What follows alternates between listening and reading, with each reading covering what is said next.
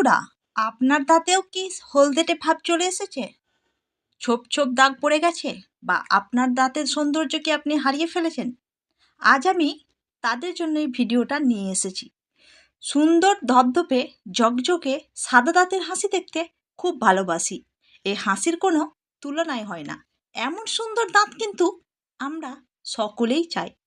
কিন্তু দিনের পর দিন দাঁতের প্রতি অবহেলা করতে করতে আমরা দাঁতের উপর হলদেটে ও ছোপ ছোপে দাগ করে ফেলি। এর ফলে মন খুলে হাসতে গেলে বা প্রাণ খুলে কথা বলতে গেলে অনেকের কাছেই আমাদের ব্যঙ্গ বিদ্রূপের শিকার হতে হয়। তখনই আমাদের টনক নড়ে। তাই নিজেকে সুন্দর অনুভব করতে এবং অন্যের চোখে নিজেকে সুন্দর রাখতে দাঁতের প্রতি একদম অবহেলা করা যাবে না। দাঁত সুন্দর ও মুক্তোর মতো ঝকঝকে করতে কয়েকটা নিয়ম আপনাকে মানতেই হবে। ১. প্রতিদিন অন্তত ২ বার ব্রাশ করতে হবে। রাত্রে খাওয়ার পর অবশ্যই ব্রাশ করতে হবে। ঘুমানোর সময় ৬ থেকে ৭ ঘন্টা দাঁতে খাবার আটকে থাকলে দাঁতে অ্যাসিডিটির সৃষ্টি হয় এবং ব্যাকটেরিয়া আমাদের দাঁতের অনেক ক্ষতি করে দেয়।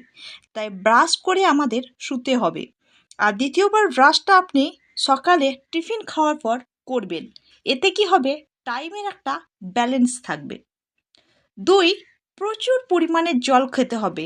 এতে ব্যাকটেরিয়া আমাদের দাঁতের বেশি ক্ষতি করতে পারবে না এবং আমাদের মুখের মধ্যে দুর্গন্ধ কম হবে। ৩. ধূমপান, মদ্যপান, অতিরিক্ত চা পান এগুলি ছাড়তে হবে। এগুলি আমাদের দাঁতের ক্ষয় করে এবং ছোপ ছোপ দাগের সৃষ্টি করে। ৪. পান খাওয়া ছাড়তে হবে। পান শুধু আমাদের দাঁতেরই কিন্তু ক্ষতি করে না, শরীরেরও অনেক ক্ষতি করে দেয়। ৫. ব্রাশ কেনার সময় অবশ্যই খেয়াল রাখবেন ব্রাশ যেন নরম দাঁতের হয়। একটা ব্রাশ কখনোই ১ থেকে ১.৫ মাসের বেশি ব্যবহার করবেন না। ৬. ব্রাশ করার সাথে সাথে জিভ অবশ্যই পরিষ্কার করবেন।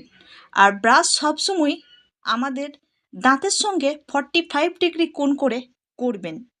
৭. চা পান খাওয়া কমিয়ে দিতে হবে, আগেই বলেছি। ৮. প্রতি ৬ মাস অন্তর দন্ত চিকিৎসকের পরামর্শ নেবেন। মনে রাখবেন, মুক্তোর মতো সাদা দাঁতের হাসির কদর সর্বত্র।